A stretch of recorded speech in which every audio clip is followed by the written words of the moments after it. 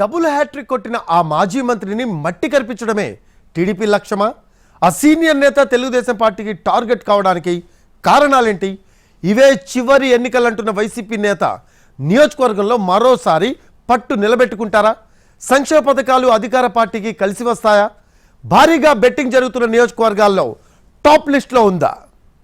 గుడివేడలో కాపుల మొగ్గు ఎటువైపు? కొడాలి నాని పాంచ్ పటాక మోగిస్తారా? వెనిగండ్ల రాము బోని కొడతారా? మహిళలు వైసీపీకి పట్టం కట్టారా?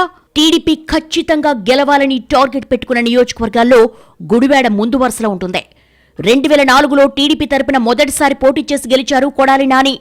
2009లో కూడా రెండోసారి టీడీపీ తరపున విజయం సాధించిన నాని ఆ తర్వాత టీడీపీని వీడి వైసీపీలో చేరారు. 2014, 2019 ఎన్నికల్లో వైసీపీ తరపున గెలుపొందారు. గుడివేడ నుంచి వరుసగా 4 సార్లు అసెంబ్లీకి ఎన్నికయ్యారు. జగన్ మంత్రివర్గంలో 3 ఏళ్ల పాటు మంత్రిగా బాధ్యతలు నిర్వర్తించారు.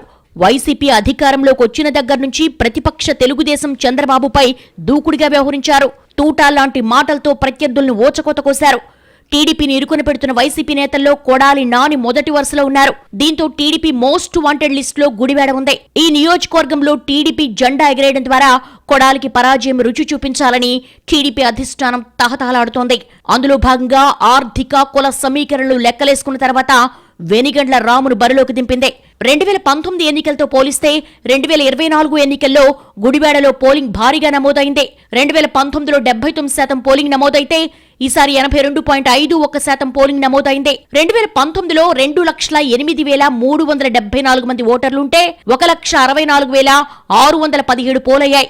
11.8% ఎక్కువ ఓట్లు పోలవడంతో కొడాలి నాని విజయం సాధించారు.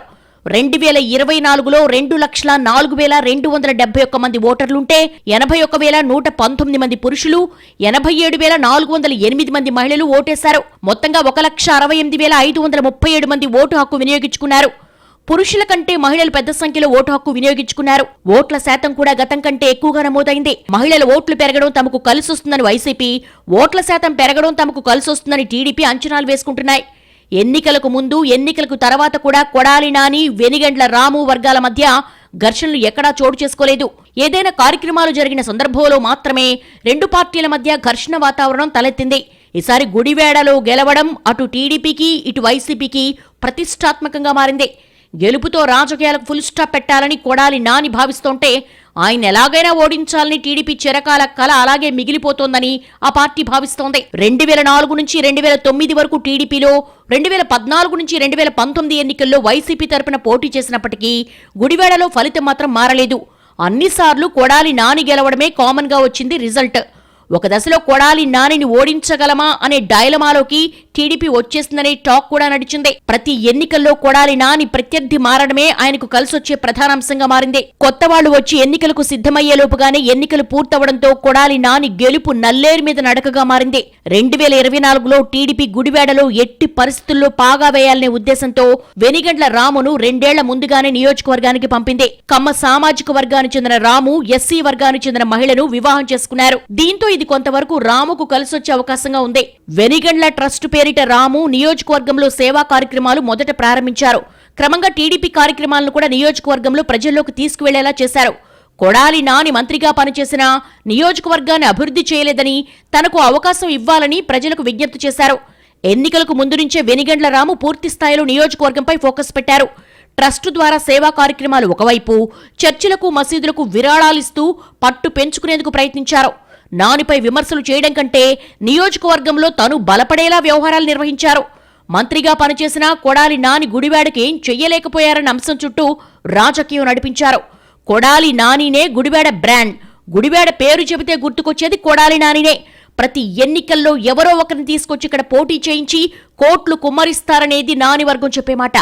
మంత్రిగా నాని గుడివేడలో చేపట్టిన ఇళ్ల స్థలాలు, ఇళ్ల నిర్మాణం, వాటర్ ట్యాంక్ నిర్మాణం, రోడ్ల నిర్మాణం గురించి గుడివేడ వాసులకు తెలుసంటారు ఆయన వర్గీయులు.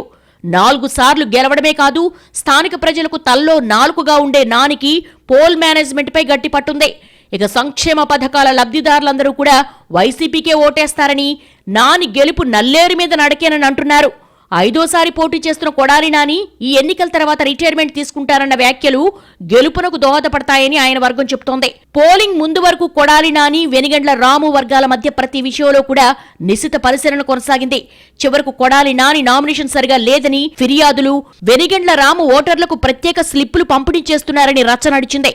గుడివాడ నియోజకవర్గంలో అభ్యర్థి గెలుపోటములను డిసైడ్ చేసేవారిలో కాపులు కీ ఫ్యాక్టర్. దీంతో నియోజకవర్గంలో ఉన్న కాపు వర్గం ఎన్నికల్లో ఎవరికి ఓటు వేశారనేది కీలకంగా మారింది. పవన్ కళ్యాణ్ గుడివాడలో రోడ్ షో నిర్వహించారు. పెద్ద ఎత్తున ఉన్న యాదవ ఓట్ల కోసం పలు సమావేశాలను గుడివాడలో నిర్వహించారు.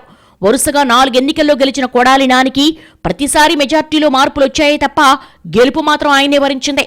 కొడాలి నాని స్థానికుడి కావడం ఆయనకు కలిసొచ్చే అంశంగా ఉంది. ఎన్ఆర్ఐ వెనిగండ్ల రాము ఎన్నికల కోసం మాత్రమే వచ్చాడని, ఎన్నికల తర్వాత అందుబాటులో ఉండరన్న విషయాన్ని వైసీపీ ప్రజల్లోకి బాగా తీసుకెళ్లింది. మాజీ ఎమ్మెల్యే రావి వెంకటేశ్వరరావు, వెనిగండ్ల రాము వర్గాల మధ్య కుదరని దోస్తీ కూడా కొడాలి నానికి కలిసొచ్చే అంశంగా నాని వర్గం భావిస్తోంది. తొలిసారి పోటీకి దిగిన వెనిగండ్ల రాము ప్రభుత్వ వ్యతిరేక ఓటు, నాని మంత్రిగా విఫలమయ్యారన్న అంశంపై ఆధారపడ్డారు. ఇక పోల్ మేనేజ్మెంట్లో ఇద్దరూ బాగానే చేశారనేది లోకల్ టాక్. దీంతో గుడివాడ ఫలితంపై సర్వత్రా ఆసక్తి నెలకొంది.